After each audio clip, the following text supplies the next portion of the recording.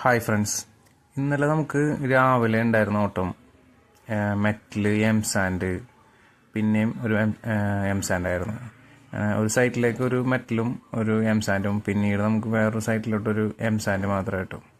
അത് കഴിഞ്ഞിട്ട് നമ്മൾ ഉച്ചയ്ക്ക് ശേഷം ഓട്ടമൊന്നും ഉണ്ടാവില്ല എന്ന് വിചാരിച്ച് വീട്ടിലേക്കൊക്കെ വന്ന് നോമ്പൊക്കെ അല്ലേ കിടക്കാമെന്ന് വിചാരിച്ച്.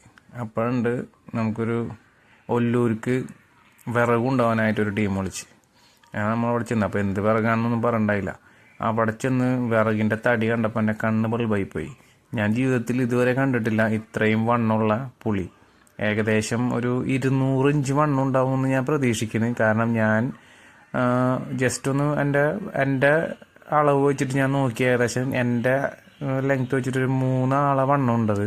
കൈ വെച്ച് നോക്കിയപ്പോൾ ഒരു 3 പ്രാവശ്യം വട്ടം പിടിച്ചാൽ അത് എത്തുള്ളൂ.